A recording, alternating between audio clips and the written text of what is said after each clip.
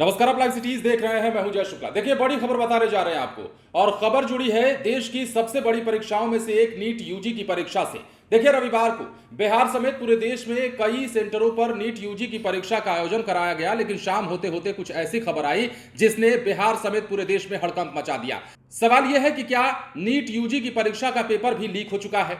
अब देखिए, राजधानी पटना में लगातार ताबड़तोड़ छापेमारी की प्रक्रिया चली। देर शाम से छापेमारी की गई, कई जगहों पर रेड डाला गया और इसे लेकर एफआईआर भी दर्ज किया गया है। खबर यह भी है कि पटना में 4 लोगों को हिरासत में लेकर पूछताछ की जा रही है और पूरे देश की अगर बात करें तो 50 से ज्यादा अभ्यर्थियों को हिरासत में लिया गया है। अब खबर क्या है और किस बात को लेकर, मतलब किस आधार पर यह कहा जा रहा है कि नीट यूजी की परीक्षा का पेपर लीक हुआ है, वो भी हम आपको बताते हैं। हालांकि यह भी बात सत्य है कि एनटीए की ओर से अभी कोई आधिकारिक पुष्टि नहीं की गई है, लेकिन दूसरी तरफ यह तय है कि पेपर आउट हुआ था। लेकिन कैसे हुआ था वो हम आपको बताते हैं। नीट यूजी परीक्षा के प्रश्न पत्र लीक की सूचना पर पटना और आसपास के इलाकों में पुलिस छापेमारी कर रही है। गुप्त सूचना के आधार पर एक एफआईआर भी दर्ज की गई है। कुछ लोगों को हिरासत में लिया गया है जिनसे पूछताछ चल रही है। अब देखिए, इस बात की पुष्टि पटना के एसएसपी राजीव मिश्रा ने की है। रविवार को देर शाम से ही लगातार हड़कंप मचा हुआ है। अब यह भी जानिए कि देश भर में नीट की परीक्षा का आयोजन किया गया था। देश के 571 शहरों में और देश के बाहर 14 शहरों में इसका आयोजन हुआ था। देश भर में 4750 केंद्र बनाए गए थे। परीक्षा में करीब 24 लाख छात्र शामिल हुए थे। पटना जिले में 68 परीक्षा केंद्र बनाए गए थे, तो वहीं पूरे बिहार में 35 जिलों में एग्जाम का सेंटर था। बिहार से 1,39,000 परीक्षार्थी इस परीक्षा में शामिल हुए। पटना, अररिया, भोजपुर, अरवल, औरंगाबाद, बांका, बेगूसराय, पश्चिम चंपारण, कैमूर, भागलपुर, बक्सर, दरभंगा, गोपालगंज, जमुई, जहानाबाद, कटिहार, खगड़िया, लखीसराय, मधेपुरा, पूर्वी चंपारण सरीखे अन्य कई जिलों में परीक्षा का केंद्र बनाया गया था।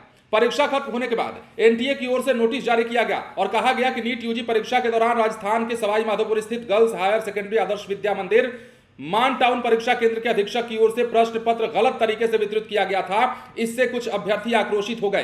पर्यवेक्षकों की ओर से रोके जाने के बावजूद जबरदस्ती नीट परीक्षा का प्रश्न पत्र लेकर परीक्षा केंद्र से बाहर आ गए और उसके बाद यह खबर फैल गई कि परीक्षा का पेपर आउट हो गया। तो इसी आधार पर परीक्षा का पेपर आउट होने की बात कही जा रही है। तो खबर बड़ी है। अब सवाल यह है कि क्या नीट यूजी की परीक्षा, देखिए, एमबीबीएस में दाखिले के लिए इस परीक्षा का आयोजन कराया जाता है और इस परीक्षा के आयोजन में क्या कुछ हुआ है ये विस्तार से तब समझ आएगा जब एनटीए की ओर से कोई आधिकारिक पुष्टि की जाएगी। लेकिन फिलहाल राजधानी पटना में राजीव मिश्रा ने जो पुष्टि की है उसके मुताबिक कई लोगों को हिरासत में लेकर पूछताछ की जा रही है और गुप्त सूचना के आधार पर ही यह छापेमारी भी की जा रही है।